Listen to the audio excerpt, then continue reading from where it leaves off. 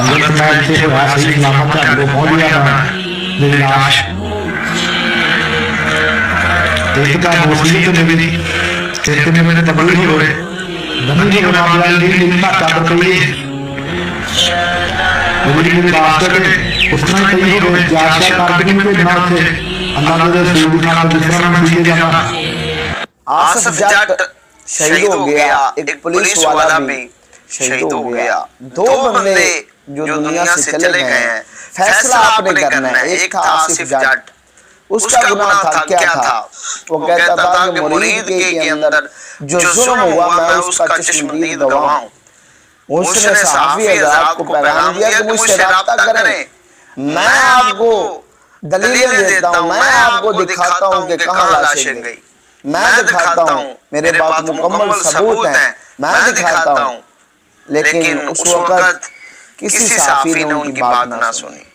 और फिर जब हुकूमत तक पता चला कि ये तो आर्मी जो था, आर्मी का एक बंदा था और इससे ये बर्दाश्त ना हुआ, आखिरकार इंसान था, मुसलमान था, तो उन्होंने इसे दहशतगर्द करार दे दिया कि ये हुकूमत का बागी है, ये पाकिस्तान का एक बागी बंदा है और हमला किया गया उसके इलाके के अंदर, जिसकी वजह से वो असर की नमाज पढ़ रहे थे और उनको गोली लगी और वो शहीद हो गए। और एक पुलिस वाला अहलकार जो अपने ही पुलिस वाले की गोली लगने से शहीद हो गया। अब फैसला आपने करना है कि इन दोनों में से असल शहीद कौन है। एक वो था जो आशिक रसूल, फिर रसूल, जो कहता था कि मैं नबी पाक सल्लल्लाहु अलैहि वसल्लम का गुलाम हूं और मुझसे ये बर्दाश्त नहीं होता। उसने अपनी जॉब छोड़ दी, नौकरी छोड़ दी और वो कहता रहा आखिरी दम तक। फिर उसने अपने बच्चों को कहा, अपनी बीवी को कहा, अपनी मां को कहा कि मेरे जाने के बाद आपने गम नहीं करना बल्कि खुशी मनानी है कि नबी पाक सल्लल्लाहु अलैहि वसल्लम की मोहब्बत के अंदर ये दुनिया से शहीद हो गया। और अपने रिश्तेदारों को भी उसने कहा कि जो कहे कि उसकी बीवी का क्या बनेगा, उसके बच्चों का क्या बनेगा। तो फरमाया वो आसिफ जट कहता था कि वो बंदा, वो रिश्तेदार हमारे घर में ना आए।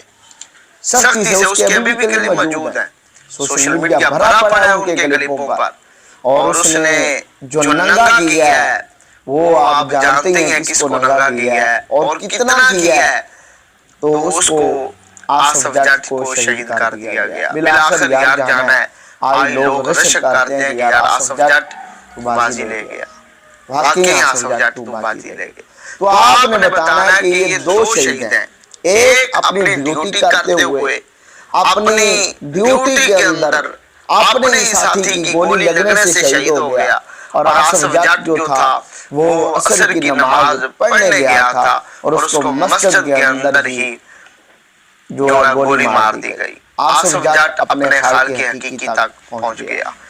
आपने फैसला करना है कि असल शहीद इन दोनों में से कौन है। सलाम पहुंचे।